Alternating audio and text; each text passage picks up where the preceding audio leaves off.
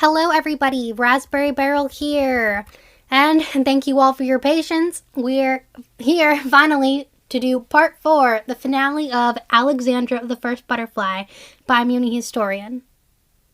I hope you all are doing well, and I for one am very excited that I am finally done with finals and am ready for the summer, and hopefully that means more time for videos and fun. Thank you all for your patience during this last 2 weeks while I was doing finals and we had a lack of videos. But now we're here to finish up Alexandra and get back on schedule. So without further ado, let's begin. Please forgive me if I stutter, hesitate, or mispronounce anything, and for any noises in the background. In a tournament spring of 962 BS, Alexandra's son Corvus competed and won, defeating the 6-year champ, Princess Ruby, the second born of her brother Red. She saw great leadership skills in her two oldest, but her youngest, Hecate, concerned her, who seemed colder and more self-centered than when she was younger. She tried to get through to her daughter, but she wouldn't open up, spent most of her time in the library reading about magic, and she was sure it wasn't for a good reason.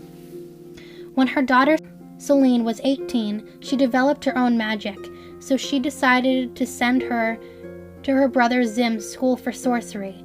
She decided that soon it would be time to pass the throne to her daughter, and discussed it when she returned in the summer of 959 BS. Her daughter was 20 by then. They decided that she would be queen the following year. While her daughter was excited, she could tell Celine was keeping something secret. In Grievan's 958 BS, Celine and Azulon announced they were in a romantic relationship, and did not receive well with the family. That night, Alexandra and Zim argued worse than ever before, each accusing the other's child of seducing theirs. But the next morning, after a tower or two's destruction, they calmed down, and while they eventually did accept it, it wouldn't be for a while. 2 weeks later, Alexandra crowned her daughter, Celine, queen. Despite the shock 2 weeks ago, on Grievan's 41, Alexandra proudly crowned her daughter Celine as the third queen of Mewni. Alexandra still lived in the castle and raised her daughter, who was only 15 and wasn't quite as troubling as she was in her youth, much to Alexandra's relief. But there was still a chill between Celine and Hecate. She also noticed her daughter was having a large amount of large ships built near the coast, and Celine promised to reveal her plans in time. The next year, in 957 BS, Alexandra and her son and Hecate attended the wedding of Celine and Azulon, meaning that Azulon's title as the next Dragonfly King was given to his younger brother, Perulo. That was when Celine revealed her plans for the ships. She was planning a long voyage to find new lands. She was curious where humans originated from, and thought it might be on lands beyond the ocean, or at the very least, find new lands for future generations. Alexandra promised to look after the kingdom while Celine was off on the voyage herself, along with her brother Corvus. While Alexandra asked Hecate if she wanted to go with, she replied no. It was also that year Hecate went through puberty, and unfortunately didn't make the bunker and caused panic throughout the kingdom, but luckily no one was physically harmed, emotionally not so much. On Dartuk 44, Alexandra received news that after nearly 4 Celines of travel, her daughter's voyage found new land, the lands that would be East Lysalis and the modern Firefly Kingdom. When Hecate was 18 in 955 BS, she moved out of the castle and decided to travel on her own across their land, leaving before Celine's return in Sagnog that year. Her daughter couldn't wait to tell her all about the new lands she had discovered, and the plans to colonize this new land. While Alexandra was a little worried Celine would move away and start a new family away from the castle she worked so hard to build, but Celine assured her that she had no plans to. Celine's cousin Queen Scarlet, Red's oldest, would oversee the colonization and it would be under her family's future reign. Alexandra continued to look after the kingdom for the next few years as her daughter went back and forth to establish the colonies. Her daughter Hecate returned to the castle in 949 BS and had invented a new kind of magic, dark magic, a magic that draws on dark and negative emotions. While this new magic was met with fear as it seemed to cause more harm than normal magic, Hecate was still welcomed back home and even became a teacher of magic, regular magic, but Hecate wasn't shy about her creation of dark magic. Alexandra was happy with how her children turned out. Her oldest, Celine, was queen and expanding the Mewni species. Her son Corvus was the first noble, taking over the lands the Firefly Kingdom left behind when they moved to the new land, starting the monarch family. Her second daughter Hecate was a wonderful teacher, despite her creation of dark magic. Overall, Alexandra felt accomplished as a queen and mother. Alexandra and Zim arguing. In 947 BS, Alexandra and her entire family, including her mother, took a trip to the new colony. It was a long journey for her mother, but it brought her great joy to see this new colony, which was overseen by Queen Scarlet, who was also pregnant with her first heir. Most of the Firefly Kingdom moved there, and some from other kingdoms settled there as well, and the areas around Lumenia were taken over by her son Corvus, the first noble, and started the monarch family. As time would pass, other noble families would spawn to help with and govern the growing Mewni territories. The colony was really coming together, and while there were monsters seen in these new lands, they had heard tales of Alexandra and her brother's power blast over 40 years ago, and did little to interfere with the Mewni's colonization. When her mother and children boarded the ship to return to their homes, she decided to stay with her brother for a while in the new city of Luminius, where the Firefly family began work on their new castle and would be the center of their new kingdom.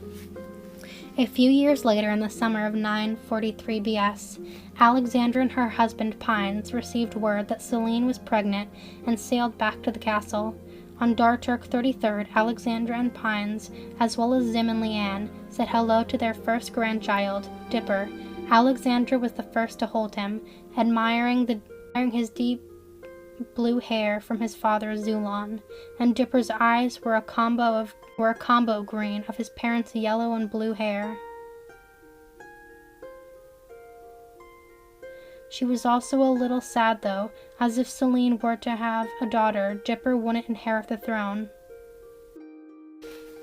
In 941 BS, Alexandra's youngest, Hecate, was engaged to a young man of the name of Kylan, but he was murdered. When her daughter burst into the castle, her crying, her arms were covered in darkness, saying it was the price of revenge. Her daughter resigned from teaching and disappeared shortly after, and no one could find her.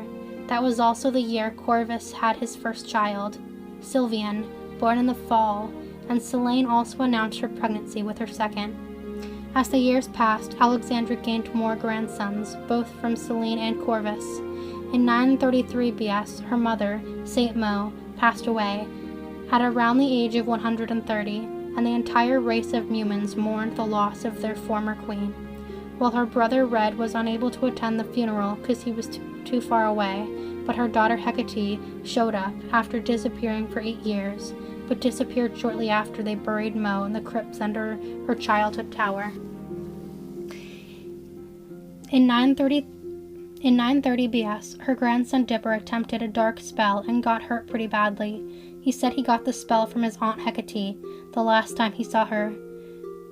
She said to use the spell in an emergency, and he was attacked by a Banshinagar, a vicious beast that almost ate him, but he messed up the spell, and while it killed the beast, it left him with a dark scar on his left arm. To cover up his mark, he was allowed to have tattoos, which he found cool because of his grandfather Pines. And he got blue butterflies, but hid the truth behind them for the general public.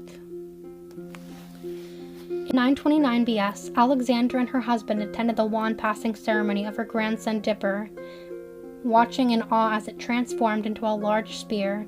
The wand's first male owner, Alexandra would see her grandson practice magic in the gardens, and it brought back memories of seeing her own daughter practice magic ages ago, and lended her own experience when needed. Sadly, the following year, on Uag 15th, 928 BS, her husband Pines passed away and buried him in the crypts with her mother. Alexandra's life was pretty uneventful for the next few years, until her grandson's 18th birthday in 925 BS, when he announced his plans to voyage the ocean without any clear destination, and about a year later he returned with news of a new continent, and Celine immediately began plans for colonization.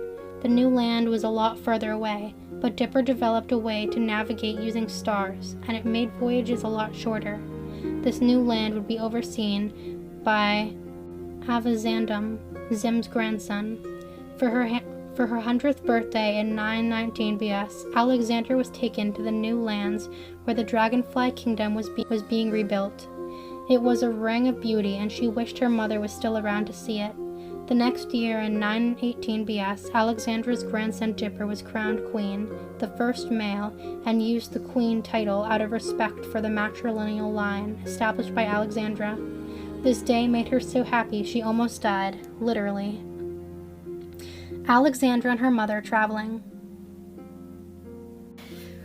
Later in 918 BS, Dipper set off on another voyage, and a great evil descended on the butterflies. A woman immersed in darkness, hair like living shadows and red pupilled eyes, tried to take over the kingdom. Her name was never spoken, but was well versed in dark magic, the darkest yet, and would remain for centuries, far greater than Hecate's dark magic. She corrupted others and used them to take over the castle and restrain her, Celine, and Azulon. The woman would be known as the mother of dark magic. While she might not have created it, the honor goes to Hecate, but she nurtured the art in such a way mother was a worthy title. This woman used dark magic to force people into serving her and crushing those who opposed her, but Dipper returned that year with none other than Hecate. They used their combined powers to release their family, along with the help of Princess Cleo Denial, a powerful mage who accompanied Dipper on his voyage as magic support. The group combined their magic and overpowered the Dark Woman's magic, with Dipper using his spear wand to strike the final blow and defeat her. Alexandra and Celine wanted to destroy her once and for all, but Dipper was queen, and he couldn't bring himself to order her death. Instead, Dipper had her crystallized for all of eternity. Before Romulus crystallized her, she vowed she would someday return. While she might be imprisoned for eternity, her legacy of dark arts would live on. This encounter did a number on her daughter Hecate, who slipped into a deep depression that lasted for a year. In 916 BS, Alexandra tried to comfort her daughter the best way she knew how, with an apple. When her kids fought, she would always prepare an apple dish that calmed them down. And her daughter took the apple and removed her veil so her mother could see her, saying, "Thank you," hugged her, and wished to be alone. Alexandra could not have predicted what was found the next morning. Hecate was found dead on the floor with an apple next to her, with a bite taken out of it. As if this news didn't almost kill her. It's amazing what they discovered didn't. Apparently, the apple was enchanted, or rather cursed, to take the life of whoever bites it with one bite, and it was Hecate's own magic that cursed the apple. Hecate was buried in the crypt with her father and grandmother. As for the apple, it was sealed away within the crypts as well, as the magic inside it would not allow it to be destroyed. This tragedy was well known, but the exact nature of Hecate's death was known only to the butterflies. Even though Alexandra didn't curse the apple, she still felt guilty about it and retreated into a deep depression. Celine and Corvus tried to comfort her, but she shut them out and even considered using the apple on herself in 915 BS, but came out of it when her grandson Dipper announced his engagement to Cleo Denial.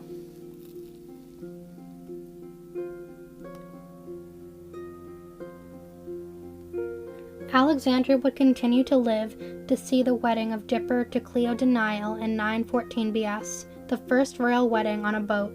It made her heart sink that her late husband's Pines wasn't around to see it, but she was glad he wasn't around to see Hecate tragedy, and her grandson still continued his adventures and discovered the archipelago west off the coast of the Jayan jungle. and her great-granddaughter, Hemera, would be born in 905 BS, and Alexandra just adored her. While she heard Cleo was pregnant again, she would not live to see this birth of Orbita in 903 BS, as she passed away in Grievance 17th, 904 BS, marking the end of Queen Alexandra's life just 4 weeks after her 115th birthday. Alexandra was buried in the crypts beside her mother Mo, her husband Pines, and her daughter Hecate.